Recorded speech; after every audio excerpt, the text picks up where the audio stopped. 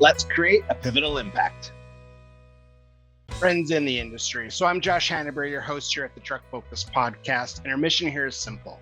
We're connecting transportation industry leaders to the industry to help create a pivotal change. So before we get started today, I just wanted to touch on something quick. So our industry, the transportation industry, is full of really incredible people making an impact each and every day. Furthermore, there are a lot of really incredible people looking to create a pivotal impact, looking to make a difference, but at times they're honestly just not sure where to start. So, whenever I have a conversation with a professional that I can tell has a desire to serve and to make a difference, I get super excited. And I also try my best to encourage them to be a light whenever possible, because far too often, all we hear about is the negative side of our industry. So, my encouragement, if you're a professional in our industry wanting to make a difference, wanting more opportunities to make a difference, really just start with taking pride in how you operate. So, how if you're a professional driver, dispatcher, whatever it is, take pride in operating safely, providing excellent customer service, but also being someone that's known for lending a hand or helping others when you really don't have to. So, my encouragement to organizations in our industry is to really identify who within your organization are professionals that are going above and beyond and that are people that you can rely on. Because these people, they're your champions, they're your brand ambassadors, but also they're people that you can rely on to encourage others to work for your organization, but also to work safely when they're there to do the best that they can. This leads us to today's interview. So I'm super excited to speak to my buddy Francois Spaniol, professional driver at Bowline Logistics, about his journey in our industry as he's been operating over the road for nearly 30 years. So during our conversation, Francois does an incredible job highlighting the value Bowline Logistics brings to our industry, but also how proud he is to be working there, operating safely, operating as a professional, and being a champion for their organization. And he shares some incredible insights that will help other professionals be successful. So I highly recommend that you learn more about Bowline Logistics by simply visiting their website, bowlinelogistics.com, to see the services that they offer. I've included the link directly in the show notes. So before we get started today, I did want to take a moment just to say thank you. So if this is the first time you've ever checked out the Truck Focus podcast, I really do welcome you, and I'm just super grateful that you're taking the time to listen, but also to our dedicated community. I just really appreciate the fact that you continue to show up, take the time to listen, but more so that you're applying the knowledge and information shared by our industry leaders, just like Francois, that are creating a pivotal impact so you can create a pivotal impact in your day-to-day interactions. So I'm super excited for the impact today's conversation is going to have. Francois, welcome to the Truck Focus podcast. I'm super excited for our conversation today in a couple of regards. So first off, just your journey, I think it's pretty fascinating. And as I'll learn more and as our community learns more today, I think it's really powerful.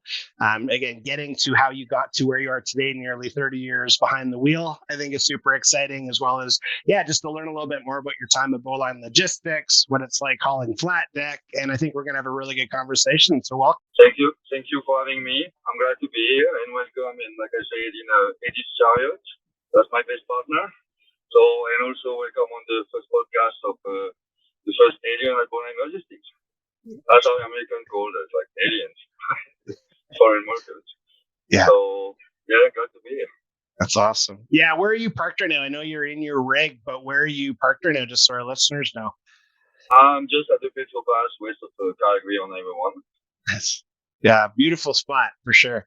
And I can see the mountains, right? I see you, but I see the mountains too. That's right. It's just foggy, but it's great to be here.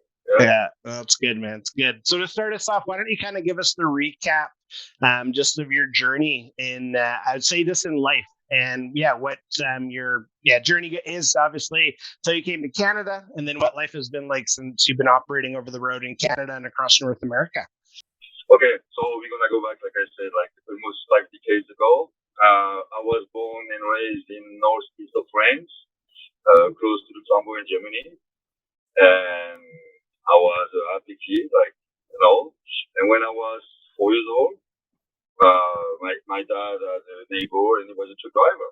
So they put me in that work truck, and I was circling the area, and that was it. Trucking for me was not really I wasn't like every kid, like being a pilot or being like something else. I was, like I said, I love my nails. I wanted to be a model for nails, but I was dreaming back then. So then life goes on, and at some point in life, you got parents split, right?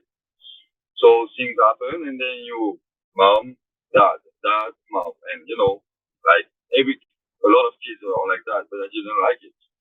So I started to be like, I was 7, and I was like self-dependent. I was trying to be on my own and really precocious, like you said, and then that's when freedom started to grow on me, right? And so I started to, because I didn't really understand, like a lot of kids don't really understand why parents do that. So I tried to make them pay as well, do some bad stuff and everything. But I just wanted to get away. So they sent me to that place, like rehabilitation center, kind of the name as well. And I was there and I was playing soccer and everything. And like when I turned 11, it looked like I wasn't that bad. So they sent me to a detection center to be a professional soccer player. And I was enjoying life. And at some point, and we're still far away from trucking, way far away from trucking. I got that goal now to be a soccer player. And then one day, sometimes when you don't do, when you're into center, they send you home. So one night I was home at my dad and everything. And he was watching that movie with arm wrestling. A guy was fighting for his son custody and everything and trucking and like over the top. I was watching that movie with one eye and I said, huh, that's a good way to be free, you know. So maybe at the second career, like some years after soccer and everything, well, let's do that. That's the best way to be free. You're on the road, you see countries and everything, you meet people, culture and everything, which is my thing. And unfortunately, karma came. I had a traffic accident and a motorcycle traffic accident. I get hit by a car. My knees was wrecked. 7 fractures over. So soccer. So it looks like, okay, I'm going to become a truck driver sooner as expected, right? And I was there 16 and a half. I was looking also time to recover and I was looking around for the driving school, right? Because in Europe we have degrees in trucking. We go to school for 2 years and we do everything safety, like it's way more. And I was looking at it now, I was 7, I was skipping school, I'm not gonna do that at 17. So find a different way. So I went to the army, 28 months. 28 months in the army, so I signed up. And when you sign up in France in the army, they give you the possibilities to choose what you want to do. So I choose transportation division. And I was piloting tanks, driving tanks like war tank, and driving trucks and everything. And I did that for 28 months. After that, we ended up in 93 when I get out. July 1st, 93 was my first day trucking in the, I would say, civil out of the army. So, and here we are. And that's how I became a truck driver. It wasn't the passion when I was a kid. I'm like every kid. I love trucks. I love everything on wheels. The train, trucks, plane, everything. But I wasn't meant to be a truck driver. I have different wish, right? And then life made that happen. And I'm glad it did. And some ways. Hey, Josh here. Just a quick interruption of our conversation. So really want to encourage you to learn more about Bowline Logistics by visiting their website, bowlinelogistics.com. I've included the link directly in the show notes. Let's get back to the episode. So from 93 to 2000, they were the best year in trucking ever. Because simply, it was 30 years ago. No electronic device, no cell phones, no tracking, because everything is connected to freedom. I hate to be tracked. I hate to be like, and back then, also, you were on the side of the road, you had to break down. We could stop. Everyone was stopping, helping each other and everything. And that was the best year in trucking in Europe. Then the 2000 decades came. When I was a kid in 2000, we were supposed to have flying cars, boats, science fiction, and everything. Like we were dreaming all of that in the 70s and 80s. Didn't happen. Instead of that, we have, it's going to sound mean, but it's not the way I'm going to say it. Like, we have a bunch of wannabes coming from outer space who landed on Earth, and that's where trucking changed. In 2000 in Europe. I'm not speaking about here because I came in 2008. In Europe. it started to change. Then we start to have electronic clouds and all and tracking device and everything. And I didn't really like it so much. Like I was like, but I had a job to do. I like traveling. I've been at that age half of the planet. Now it's 3/4. I've been pretty much everywhere besides Asia. And so I still love it because of that. The freedom you can have being in a truck. You never the same place every night. That's what I love. In my life, I moved 20 times at least. I always be on the move. I always like it. And so I was keep going, working in it. So from 93 to 97, I was working in France. Then 97, 2001, I was in Hamburg, Germany. 2001, 2007, Netherlands. Then 2007, 2008, I came back 1 year in France. In the meantime, in 2005, I came here, but I ended up in Quebec. Okay, so I ended up in 2005. I flew here in 2005, and I was in Quebec and everything. I have some interviews and everything, and I really didn't like it. I don't know. I felt something. No, I'm not gonna like it. I just like home. I went home, and I keep going to work in Netherlands and everything, and then I still have that dream, like when Stallone won that A64 at the end of the movie. It's a Volvo, but it's a beautiful truck. And he's leaving and he's going to Arizona. I want to be there, right?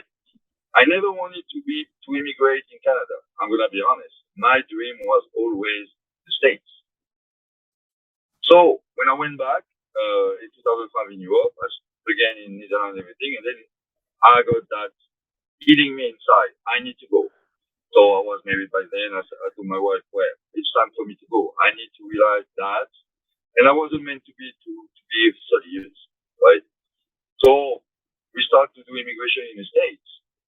And again, we go back to freedom, we go back to tracking and everything. What they were asking me, I don't want to be naked on the papers to have the right to work, because we should be able to work anywhere we want and live anywhere we want. And they were like, well, you have to do this. And I'm not going to do that. So a friend of mine told me, look up north. Hey, here, the time you eat a yogurt, here you have a work permit. So I did that. And I get a work permit. So I went back because it takes like about 3 months to have it. I went back to Europe, keep working. When I got my work permit, everyone in the plane, including the dog, and we flew here, and we landed in Winnipeg. Well, so we ended up in Winnipeg. Like, I mean, couple hours west of Winnipeg, Minnesota, small town. Started working for the guy there for a year. That's the beginning of my career in Canada. Working about a year for him, and then I wasn't really like I am today. At some point, you have to unmask the devil in disguise because you have to protect yourself, and then which I did. He didn't really like it. Because the thing you need to know, like Canadian, all those people who are gonna see this podcast, immigration is not just a simple thing. It's something we can be really complicated. Also, you can be exploited. You know, like they can use you. And I'm not a slave, right? Because when you want work permit, they can ask you to do whatever you want, whatever they want. Sorry. And if you don't do that, they can always say, okay, man, you don't do that, the door is there. And if you don't have a work permit, you cannot work. And you have a wife, you have a kid.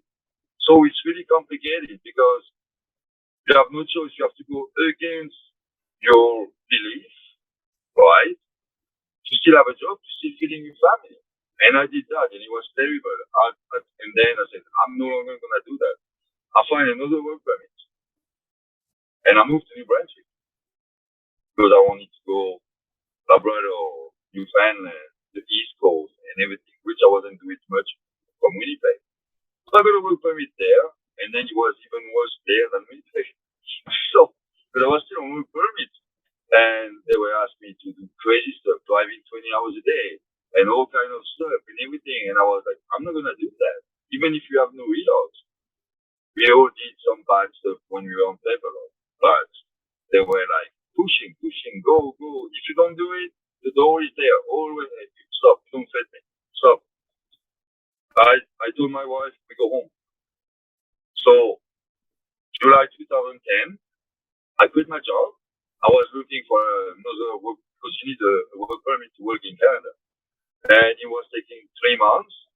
So I said, okay, in the meantime, we're gonna go back to Europe. So in July 2010, we went back to Europe, and I worked 2 months, 2.5 months there during the process of my new work permit. When I got it, I came back here in October 2010, back to Winnipeg, different companies, and I was better.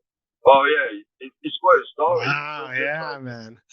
What we are today with Tyler, which is the best boss ever, and it didn't happen. It is a long way, a long process, and then so I came back here. We all came back here, and then it was a bit better. At that point, we have enough time to ask for permanent residency, which we did.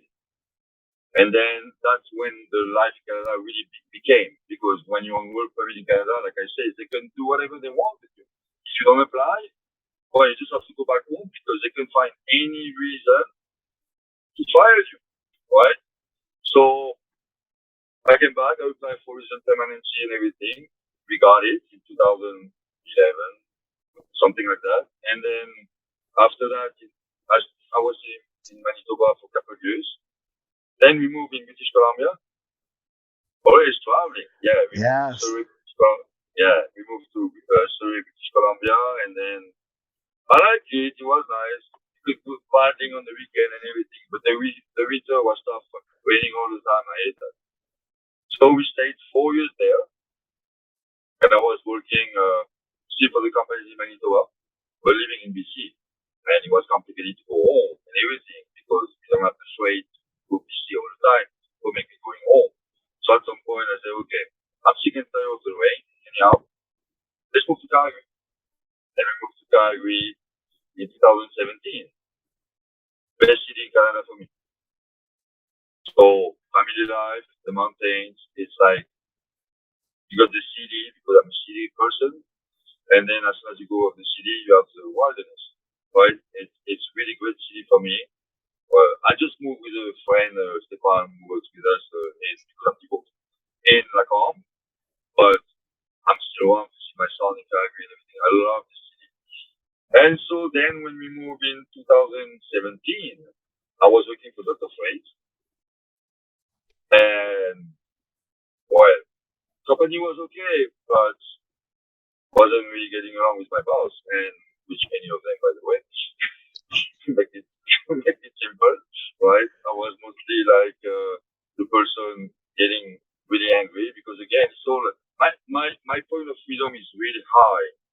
So sometimes I really have a hard time to deal with some stuff and everything. So I get in the two really fast, and then they don't like it, and which I understand. But in the other way, I don't like it, so I just leave, and then I don't leave like the best way sometimes, but I temper a lot.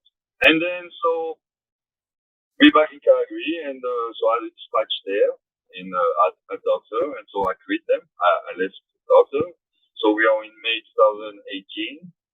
Yes, when I left Doctor, and I was looking around for the job, and I've seen like a job from Bowline Logistics, and I look at the name, and I said, oh, that was my dispatch from Doctor actually who moved at Bowline Logistics, and I went, okay, I'm not going there. My my wife at that time told me, give it a try. Maybe the person is better there because he was not that great because of the companies. But if it was me, I would have never called. But she told me, give it a try. So I called and sent an email, and they respond to me. And he was actually that person. Oh, hey, Francois, everything. Oh, yeah, there's a job for you if you want. Okay, so I went for an interview. Tyler was still in Regina back then, so I've met his partner from Bowline at that time. I went there and I got the job. And I was like my friend Andy's was still working with us at Bowline said, another trucking companies, like basic companies, like. And I started there, and it was honestly just like normal companies, not the high standard we are today. It took time, and then so I was there doing my job, and again, like a lot of drivers, I'm passionate by trucking, but I'm 10% passionate from the Monday on, because like I said, I wasn't destined to be a truck driver, but I love it. Because after 30 years, I wouldn't do it, right? But sometimes it's just like while I'm doing this, I still question me sometimes and everything. When I heard Stan, he's so passionate and everything. I love that. I'm not that anymore, But that's okay. I still do my job. I still do. And Tyler opened my eyes too, without even noticing it. Especially these companies now. So you hit a couple points, and again, I wanted you to run with it. Part of it is because of before we hit record, there's a couple things that you said in regards to setting the stage, and I think a couple things are clear. Is one, you're very dedicated. You're very dedicated to your craft. But I like when you talk about you like the freedom, you like to adventure, and you like to see things because your story shows that. Your story shows, yeah, I'm willing to give that a try. And you know what you like and what you don't like, which I think is it's a good tool to have because I think a lot of people just settle. Well, I guess this is as good as it's going to get. It's like, no. So I really admire that. And I like that you've been able to explore obviously different parts of Canada from a resident standpoint, living here, working here. But now, obviously, as you're just driving all over the place, you're seeing so many different components. So when you first wanted to come to the States, and because with Bowline, you're operating all over North America, correct? Yes. Yeah. Have you been to that area? Have you been to it was by Arizona you said that you wanted to go to? Yeah. Yeah. I've been many times. It's when you leave Las Vegas and you go back to Utah. So you go northeast of Las Vegas and you cross the Grand Canyon and you cross the canyon in Arizona to go inside Utah to St. George, Utah. If I have to live someday in the States, that's where I want to live. St. George, Utah. South. It's close to Bryce Canyon. It's wonderful. I've been there. Yes, I took that road. Many times I took the 66. I've been pretty much there everywhere. Yeah. Nice. The only place I haven't been in my 15 and a half years here is Nunavut. Because there's nothing much to go there, right? So it's not I've been everywhere. From Yukon to Alaska, Yukon, all the way east, from Maine, all the way to California, to Washington, to Florida. I mean everywhere. Nice. Yes. Nice. That's awesome. Yeah, and that's exciting. And especially again, when you go back to I can see the shift. I was watching your face when you're talking about when the accident happened, when you were destined to be a soccer player and a professional soccer player, to when you said that trucking could be a second career. To okay, I guess I'm going to get into trucking, and then how you got into trucking through the military or through the army, all of those things. I think it's cool to watch the dots get connected because I think a lot of times people don't get that opportunity to say, well, this is actually how I got to where I am today, and this is where I'm headed. I think a lot of times people just don't even really think about it or they're never asked that question. So that's why, again, I wanted you to run with it because it's really fascinating for me being like, man, your journey in industry is so different than mine. It's so cool. So I think that's really sweet. And then so again, you worked for a couple carriers, obviously here, which also is, I think it speaks again to different opportunities in our industry. You don't have to stay where you are. But when you find a place that you like and you're willing to stay and invest time and energy, and Tyler's a great leader. So I like how you said he helped you open your eyes without you realizing that, because I think that's a gift that Tyler has when he's working with people that he really respects. And he's got a world of respect for professional drivers that are operating under Bowline. I think that's definitely something to be worth mentioning. So what's your commutes like with Bowline? Is it open flat deck that you're doing, step deck, or what are you hauling right now? Right now I'm in step deck. I got a couple of tanks going to Kelowna. I'm on my way to Kelowna. It's just like a big saving tank, storage tanks. Why is it? I don't know, water in it or that's not. At Bowline, also, even in my career in Europe, I was doing heavy haul. At Bowline, at Doctor, I was doing heavy haul. At Bowline, I did heavy haul. I did mostly step deck because now we have two divisions. Tyler separate heavy haul from step deck. Before it was the same, so I was jumping on and off. And then a couple of weeks ago, he needed me in heavy haul. Okay, I switched. I went back to the heavy haul. I did the rounders and back, and then so back on the step. Because again, I have to admit to do heavy haul, I loved it. I really loved it. But when I did those two trips, when I came back, I said, "Oh man, you're not in." Like me, not in. So I talked to Tyler. I said, you know what? I love to do it, but at this moment, I'm just not in. So put me back on state tech. Everyone's safer and everything. And sometimes you cannot be in the game 100%, right? And we're all human. And then, okay, maybe in 2, 3, 4 months, we never know. But for me, right now, I want to be back on state tech. And no question asked, okay, and back on state tech. So to start the story with Bowline, I'm Italian, so my hands move a lot. It's awesome, man. It's good. So, like I said, Bowline 1.0 goes on everything like regular job. Honestly, just job was better than some other companies, but was just talking companies. So then we arrived in January, and when Tyler and his partner decided to split. And so that we got the email, well, sorry guys, we shut down February 12th. Okay. And I was like, okay, if they close the door, I'm going home. Because like I said, it wasn't great, but it was still better than the companies I worked here. And I said, there's no way I'm going to work for less than what I was doing here, especially when you have the status, you have experience, you have everything. I'm not going to drive for 57 miles, there's no way. So I met Tyler like early February in Regina, and sorry man, I'm sad to leave you, to see you go. And I say, well, you were great, and we had the talk and everything, and we shook hands, and we say, next time you come in Europe, like Tyler and his wife, you come to Europe, come by. We have a meal and everything. You always be there. We always be in touch and everything. That was it. I left, and I was the last driver coming back when they shut down, February 12th. Wednesday afternoon, I was the last. I went, cleaned out my truck, went in the office, gave them the key back and everything. And that was it.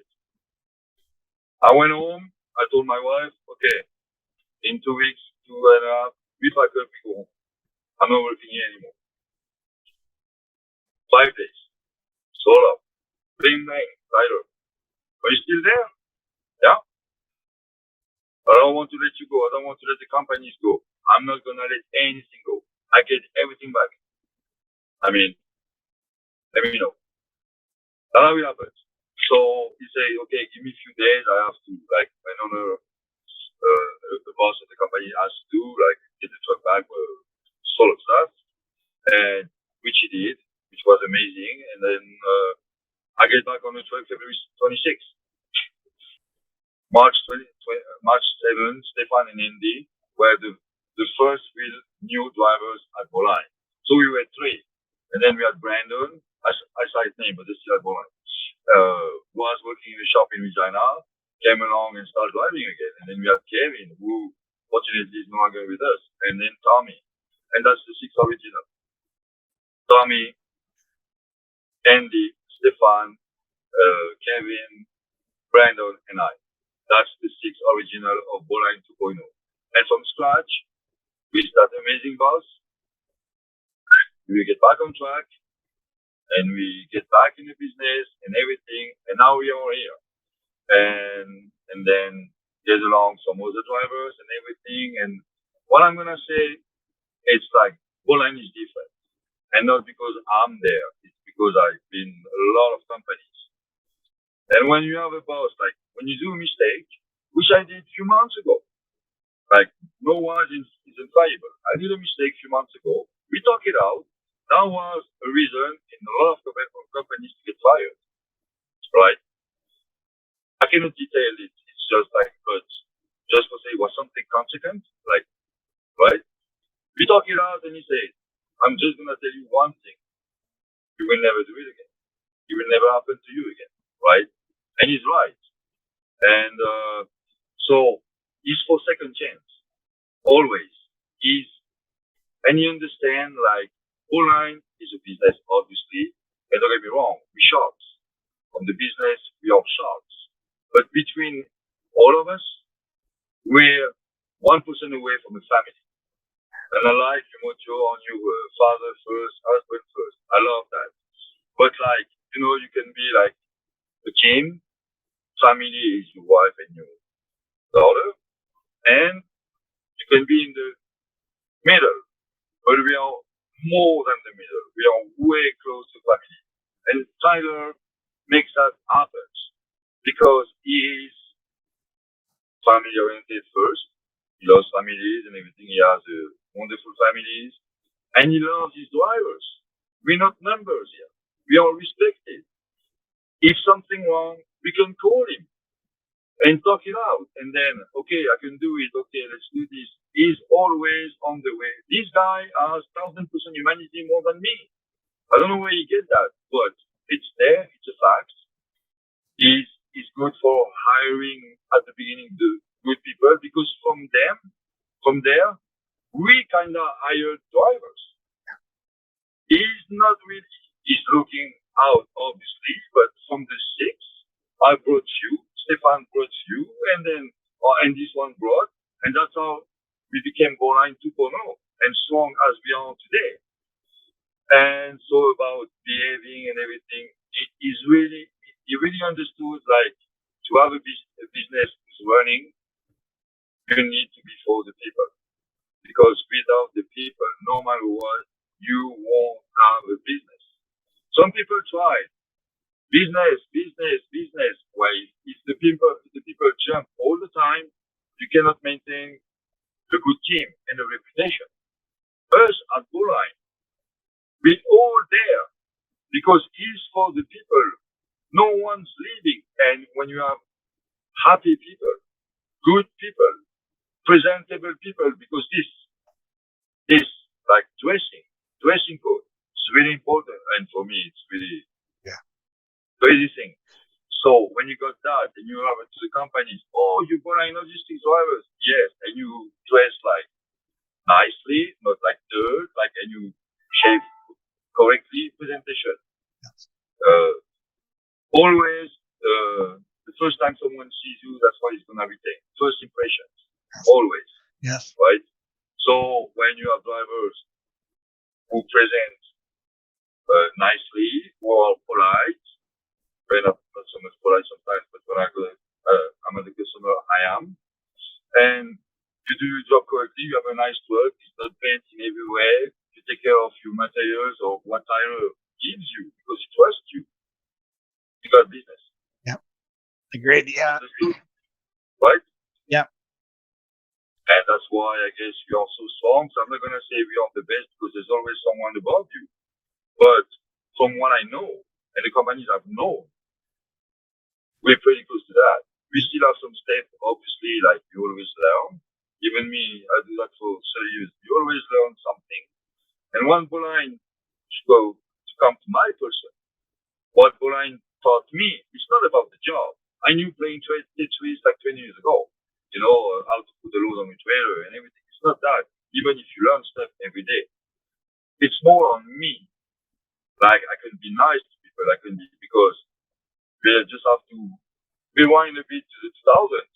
I became a shark in 2000, and I was really, I'm not going to say nasty, I was really doing whatever it takes to achieve what I have to do.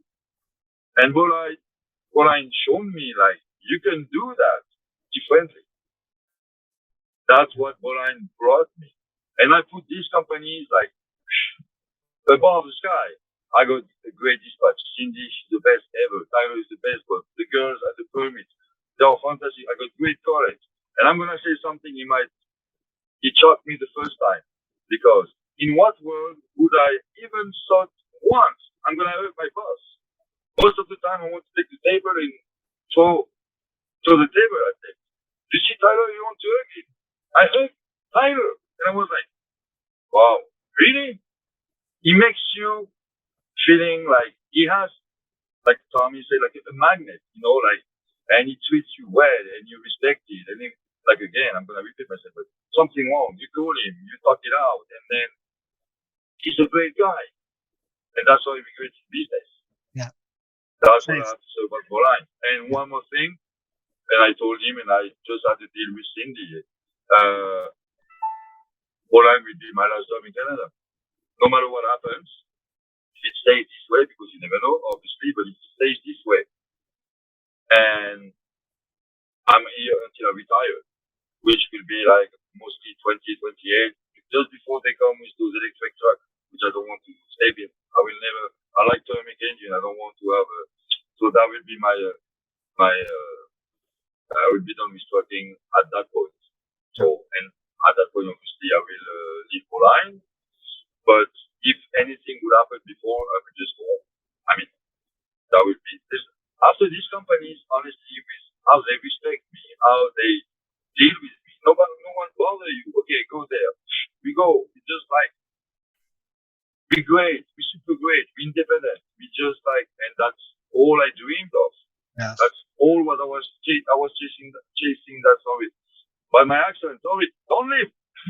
Yes. I was, yeah, I know my accent can be hard, but I was chasing all my life to be that, traveling, to be independent. I'm independent for a long time, but being able to do it in a company too, it's wonderful. Yes. And that's what Bowline brought me. Yeah. And you can see my face. And it's a job, but it's more than that. Honestly, it's more than that. Yeah. That's why I'm It's powerful. That's awesome, man. Yeah. No, it's great to see. And again, it's obviously video and audio. So if you're listening just on audio, I do recommend you check out the YouTube video, because just watching your face and seeing the pride that you speak with of the company, obviously of your team, of the family environment, of Tyler, of Cindy, I think all of those things that's a big part of my mission, is to really amplify the good in our industry. And that's exactly what you just hit, is reasons you feel respected as a professional. You've learned a lot of this stuff 20 years ago, but you're still learning every day. And you're in environments where I feel respected and I'm part of this journey, not just I'm a number, which I think I'm glad you mentioned that, because that's something I've noticed too, is people have names and you're respected, you're spoken highly of. And when you're at a customer, it's just like, great, Bowline's here. Not, oh, you're here again. But I think a lot of that comes down to you and the team, where it's like, I will dress nicely when I show up, and I will be presentable, and I will be respectful. Like, so you hit a lot of things there where, again, our industry could really learn from. So I really appreciate that. So when you're planning, because again, you're traveling all over the place, but when you're planning your trips, you know that you're going to be working with customers, you have to tie cargo down properly, all that type of stuff. How are you, I guess, managing that as yourself? Because again, coming with almost 30 years of experience, you can do it with your eyes closed, I'm sure. But how do you plan that? So you're meeting your on arrival times, and you know that you're not getting pulled over at scales, that kind of thing. How do you manage that? I honestly, that's a good question, because I don't have really the answer. I think it might be like I always was in geography, history, all kind of stuff. I love that. And I don't know, planning times. I got that since like 30 years ago. It just came like this. I'm really fast learner. I'm self-taught. That was kind of problem sometimes. I wasn't really asking. So you do mistakes, but not mistakes like to involve the companies, but mistakes like why you don't really know you go in California, you need to be 40 foot away from the fifth wheel, you bust and you then with the triaxle. Hey, first year you don't know, you get there, $200 ticket. Okay, trust me, I'm self-taught, and I learn like this. Planning trips is just like, you ask me now how many miles is to Regina, boom, 400. I know it. I just know from there to there how many miles. I know the road also. I memorize visually everything. I can picture the house at the corner in the middle of nowhere out of Kansas. I know exactly on 83 there's a house there. There's a how you call to close the window the shutters or whatever, blinds. Yeah, it's broken and one is blue, the other one. I recognize this. So when CD asked me ETA, in a second, boom, boom. Okay, great. And I would say always an hour fork, an hour in case you stop at the scale, like you mentioned. In case you miss waking up for 20 minutes or but mostly at 1 hour close, I'm there. It's just I don't know. I never worked on it. It just came this way. And then, like I said, memorizing roads, knowing the time you need to, because especially here, time doesn't really change besides the big cities. But when you start to be out there, like in Nebraska and North Dakota, it's pretty much no one. So the time traveling is pretty much the same, besides the weather, obviously. So the only part who can make me mistaken. It's Mother Nature. That's all. And if Mother Nature, you can be stuck a day, so it doesn't change a thing. Like if I say the customer, okay, I'll be there Monday morning 8, and actually I got a huge snowstorm, and actually I'm there Wednesday, the fact I'm not there, it doesn't make a big deal on my timing anymore, because it's Mother Nature. And that's the only thing you cannot plan in trucking. But that's also a fact too, as long as you know how to plan, how the road you're going to take, the most efficient. Because sometimes you can do 100 miles detour, but it's interstate. You save fuel. Because even if I'm not an owner ops, I watch my fuel. Because I was a bonus and paying total of share like on the fuel, especially today, right? So, and that's part of the planning. Which road you're going to take, the load you have, the way you carry, and everything. Sometimes it's rather do 200 miles detour, you're going to save a lot of money on fuel. Like crossing this port, Idaho, it's bad. It's better crossing in goods. It's 160 miles detour, but it's all interstate. Crossing goods, it's up, down, windy road, and everything. You burn more fuel. So how it happens, just like this. And like I said, it helps me to know like geography too. Even before coming in, I knew exactly where each state is where, and not like if you go in France now, beside Quebec, they don't know Canada. When you say, oh, I live in Canada, oh, in Quebec. No, Quebec is just a little part of Canada. There's a lot after, right? So, but they don't know Calgary, they don't know Vancouver, they don't know Winnipeg, they don't know Whitehall. They know nothing in France. It's just like Quebec. Because why? French people are too lazy to learn languages. So they move to Quebec and it's French. So, yeah. And so they do the easiest way. So now just to finish on that, it's just like, I know how to plan, and without even blinking, when they call me, I know exactly when I'll be there, and how to organize the load, situating a load and everything, and okay, put that now. Oh, well, you got that. Okay, we move it to this, and then and LTL. That's how we make money. That's how we get into business, and you need to be good at Tetris,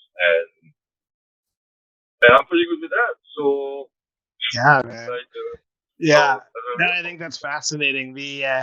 Especially when you're doing LTL, you're doing multiple stops or multiple pieces. And to that point, though, so when you're communicating, say, with newer drivers, if it's with Bowline or you just happen to see someone maybe at a truck stop, you can tell that they're just not as experienced. Are you able to coach them in certain things just to basically help them out? Because again, we all start somewhere. I think that's really important, but we can all get somewhere too. And you're living evidence of that to say, you've been able to do a lot. And because of that, you can do a lot. And the fact that you can see that house with a broken shutter that could be 3 days away, that's a pretty sweet navigation system versus, say, a Google Maps. So, but yeah, when you're working with new drivers, are you able to kind of pass some of that knowledge on? Like just saying, hey, try this, maybe try that? I did it in the past. I hope it worked for Tom, but as a matter of fact, I made Tyler hire the French guy 6 months ago. He was from Quebec. Well, he's from France. He was working in a company in Quebec. He just happened he's with us. And so he started with us January 17th. And he wasn't doing at all what we do. He was just doing like skidoo, some stuff like that, and never oversized like we do. And not speaking English as well.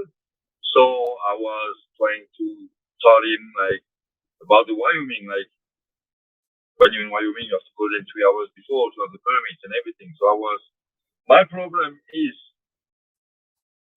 it's not like I don't like to teach people. I like it. I like to share my knowledge.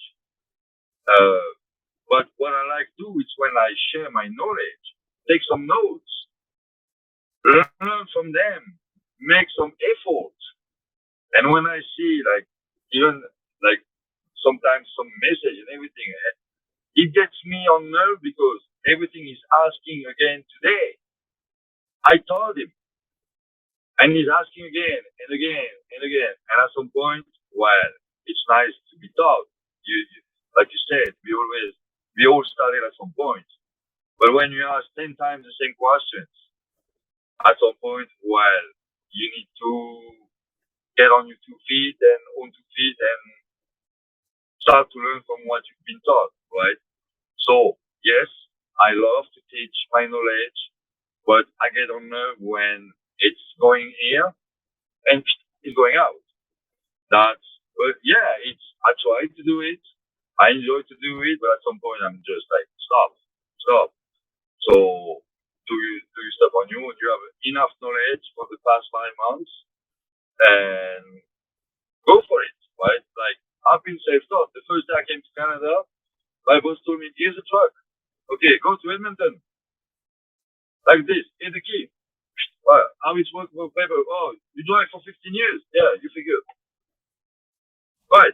First time I crossed the border, I did a mistake. He sent me to Minnesota. Was fine. He was going south. Then from Minnesota, I remember because from Minnesota he sent me to St. Catherine, Ontario.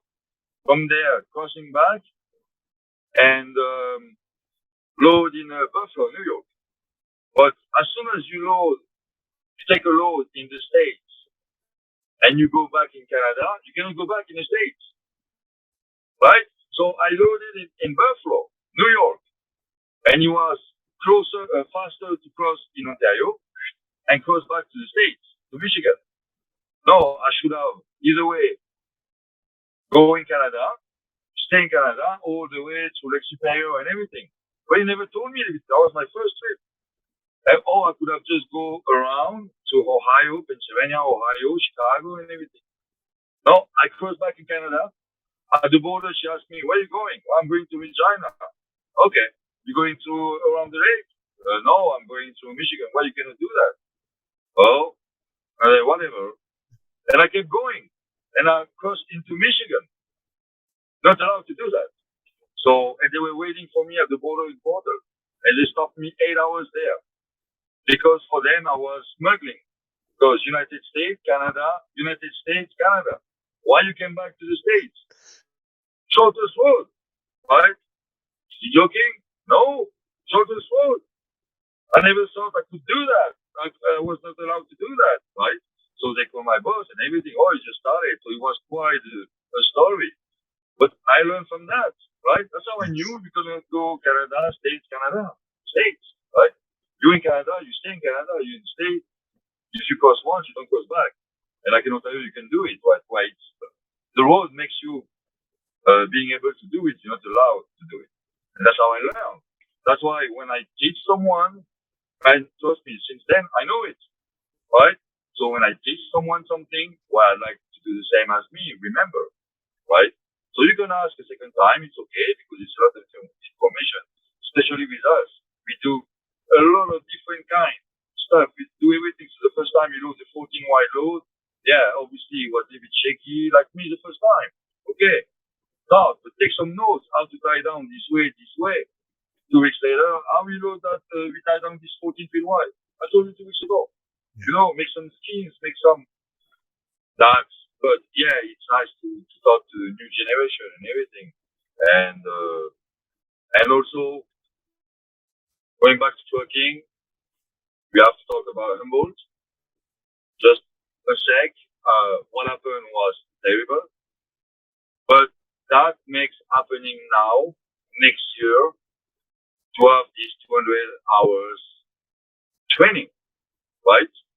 And that's a good thing for the safety of everyone. Unfortunately, every new thing safety happened because a drama happened.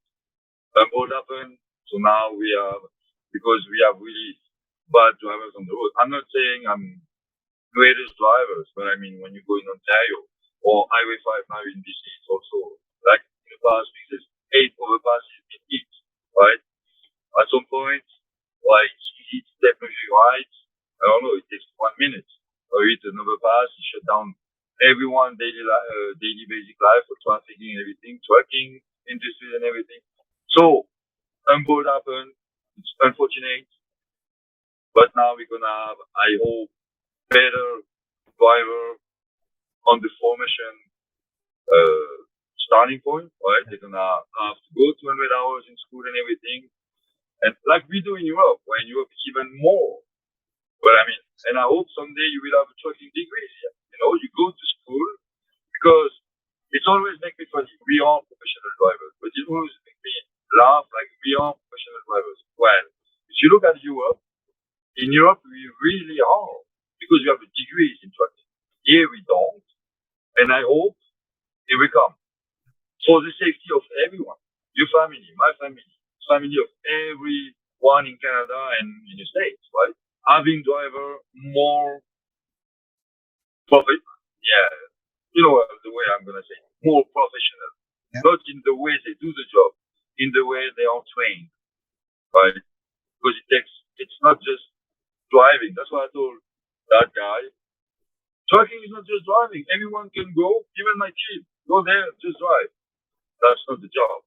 You have to think for everyone, like not just you and not just like beside your door, like 2 miles ahead, and then like think for everyone. Oh, this guy's gonna do that. So you need to be prepared. You need to be trained.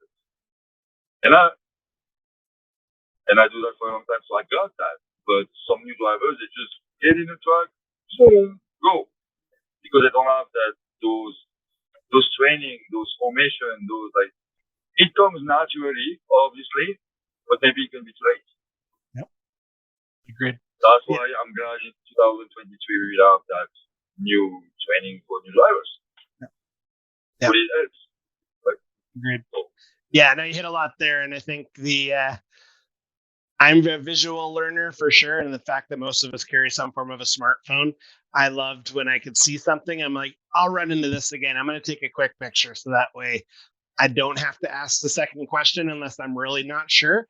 Or maybe it's not the second time, maybe it's the fifth time where I'm like, yes, I know what I'm doing. There's no more questions. It's just more so when the oddballs come up. So I think that is really important to say, hey, like the fact that you're willing to teach, and there's other professional drivers out there that have years of experience are willing to teach. You also, like you said, you have to put in the legwork to actually learn it and not just have one ear or one in one ear, one out the other. So yeah, I think that's really important for sure. But yeah, I just think you shared a boatload of value today, man, and I'm just really grateful. So before we end, though, you sent me a couple pictures that I've included when we released our episode of your power unit. So can you talk a little bit about just Bowline? So I'm a big fan of Bowline Logistics, and one of the big things is, oh man, it's awesome to see the power units rolling down the highway. So what truck are you running right now? And is that like, do you get to say this is my truck? Like you're dedicated to that truck? Yeah, that's my dedicated truck. So last year I used to have a 279 Peterbilt, MX-13 Packard before, and in October Tyler sent me some pictures like 4 pits, and this was Western Star 4900, and the new pits, they all have electronic dash, right? So I don't want that. And he sent me the Star, and old fashioned, right? I want this one. And he looked at me and he said, really? You're gonna throw out your pit for a Star? I said, I'm right, I'm gonna do that. Yes. So I'm gonna be honest, I wasn't really digging into the color because it's yellow, right? As you can see on the picture. But he grew on me a lot. And so I said, no, I'm gonna take that Star. And as you can see a bit, it's huge cab, flat floor, because this cab is one piece instead of two, like Kenworth and Peterbilt.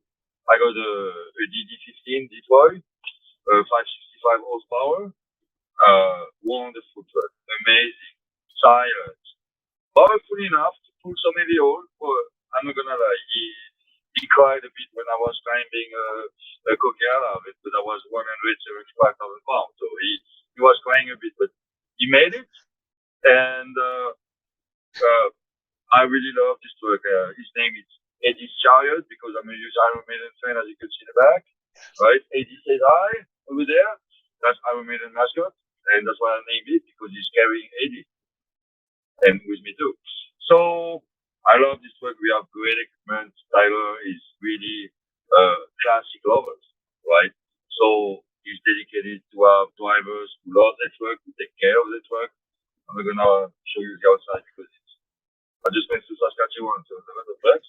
But yeah, and now that truck grew on me, and it's yellow and white, and you don't see much like those on the road. So I'm so proud of it. I put my name on the door, and someone noticed it on the LinkedIn, like when Tyler posted the post on that road I have, and like being grateful about the dedication and like planning time and like Yeah, so I'm really into this truck, and then it's like 6.5 months. It's like almost 100,000 miles. So quite a journey already. Nothing ever happened. Just monkey skin, and I really love it. Really love it. Yeah, and so that's a 4900S Western Star. Yeah, Nice. DD15 Detroit engine. Yeah, and I love it. Good. Good. No, that was a wonderful breakdown too, because I think pride in your ride is really important. And the oftentimes when Tyler will post, say on LinkedIn, or I've seen you post a handful of times, Sven has posted a handful of times, I'm like, yes, like I just love the pride, and I love the fact that you're really proud of what you do and how you do it and how you're a team and how you're a family. Like I think all in all, you crushed it today, man, and I'm just super grateful. So the there's always an opportunity at the end. So I will say, if there's anything else that you would like to share, please do, as we do come to an end. But again, I am super thankful that you're doing this when you're in the truck. You're doing this on the side of the highway, going to Kelowna, that's my hometown, and just I'm really a beautiful place for sure. I love it. Yeah. So, but yeah, as we do come to a close, was there any final things that you wanted to share? I just want to thank you for having me. It was a pleasure. Like I said, I was glad to open up. It was I really like the experience. And next year, a couple of years from then, whatever, or maybe when I'll be at the end, we can do that again. I really enjoy it. So just a message for the people who might watch it. Enjoy it. Don't leave right away because of my accent. Josh and I, we have fun. So try to go to the end for him, obviously, because I really like you put yourself in the industries and make drivers talking and owners and everything. I really like that. I really appreciate it, and thank you for everything. Absolutely. And we see you around. That sounds really good. Yeah, man. Continue to have a safe trip, and thank you again. And you've over-earned my respect, just learning more about your journey and your story and just really how you view industry. I think that's really important to highlight. And again, I'm just super grateful, my friend. So thank you so much. And yeah, hopefully the trip to Kelowna goes well. Thank you. Awesome. Thank you, Josh. Have a good night. You too, man. Okay, thanks again. Yeah, bye. Thanks. Francois, honestly, thank you so much for taking the time joining me on the Truck Focus podcast. It was awesome learning about your journey and how you became a professional driver in the first place by overcoming a serious injury, different adversity. And I'm just super grateful that you took the time to share just your journey, but also the pride that you have as a professional and the pride you have working at Bowline Logistics. I really valued the advice that you were sharing when we were talking about new drivers and how you as a coach in this industry, how it's super important that they're being diligent. New drivers, so you're being diligent in learning and taking notes and just being accountable. I think that was really huge, really key advice, and I can see how that's creating an impact us in the different drivers that you train. During our conversation, I also really valued the fact that you spoke so highly of Bowline Logistics, of Tyler, Miles, Cindy, and the team. Honestly, it was awesome. So thank you again. And before we end, I highly recommend to our listeners that you learn more about Bowline Logistics by visiting bowlinelogistics.com to see the services that they offer. I also wanted to take a moment just again to say thank you. So if this was the first time you've ever checked out the Truck Focus podcast, again, I welcome you to our community, and I hope you enjoyed this Francois and I's conversation today. To our dedicated listeners, thank you so much again for taking the time to listen. It really does mean a lot, just knowing that, again, you're investing time, but you're also applying the advice and the knowledge that's shared. It really does mean a lot. So as we end today, I'd just like to say, as always, let's create a pivotal impact.